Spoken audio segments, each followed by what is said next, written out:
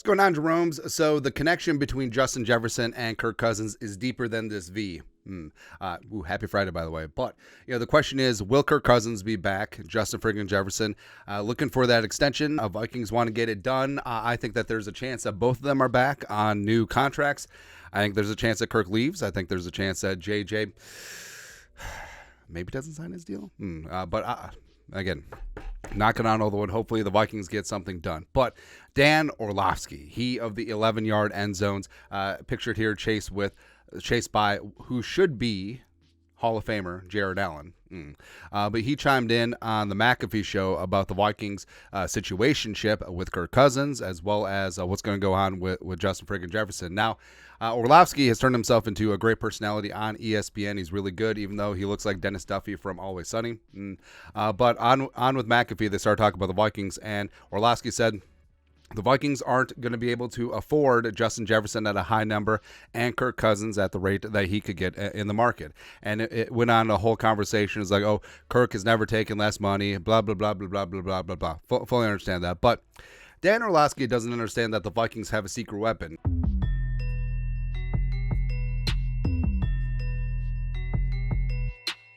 And as of right, meow, over the cap estimates the Vikings at just shy of $25 million in cap space. Now, Spot Rack has them at 29.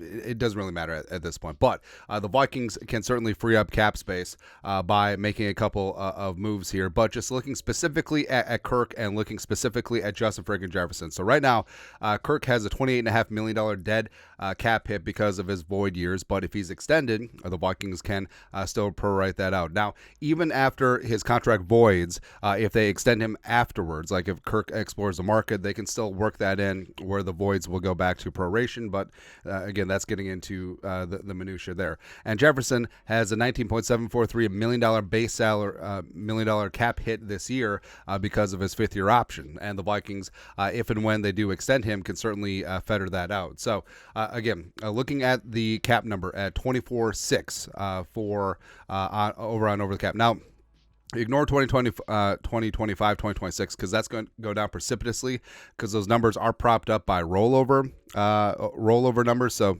just whatever. Cross that bridge when we get there. So Kirk Cousins extending, enhance.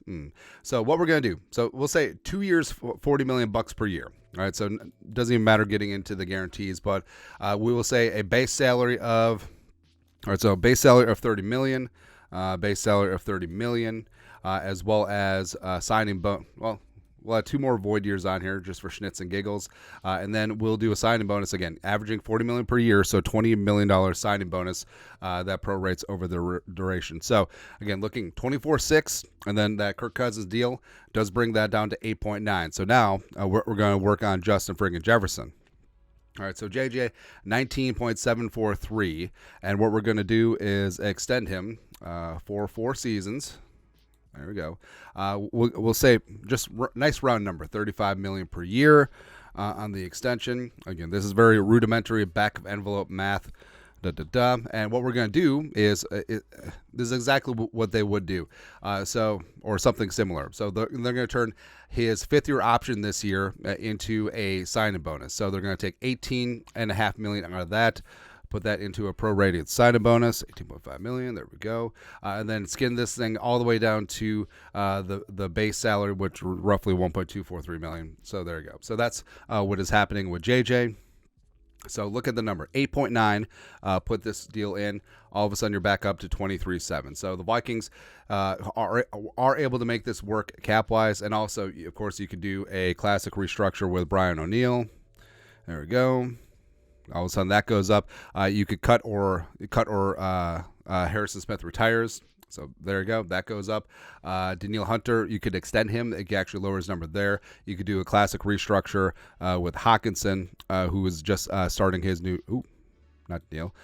Classic restructure with Hawkinson, who is starting his.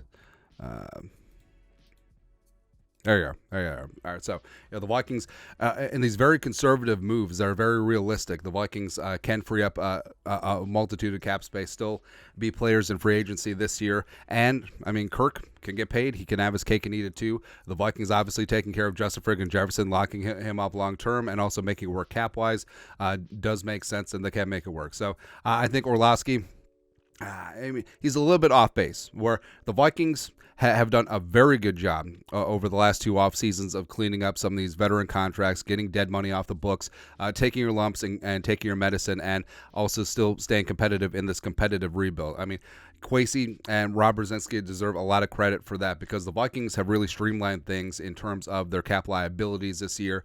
Yes, they do have dead void year cap hits from Kirk and Daniil, as well as Marcus Davenport, but they did factor that in to the cap going up the next couple of years. So they should be good to go. They can take care of their young core, they can take care of their young nucleus, and they can keep Kirk Cousins for a year or two if they would like to. So Orlovsky, nah. But your thoughts are thoughts. Diamond Dan Orlovsky, pictured here, says that the Vikings cannot afford Justin Jefferson and Kirk Cousins. Cap. We're calling cap. Let us know your thoughts and our thoughts and his thoughts in the comment section below. Subscribe for daily Vikings takes. Want to support the work? Put a little something in the Venmo. But till next time, Skol, production value.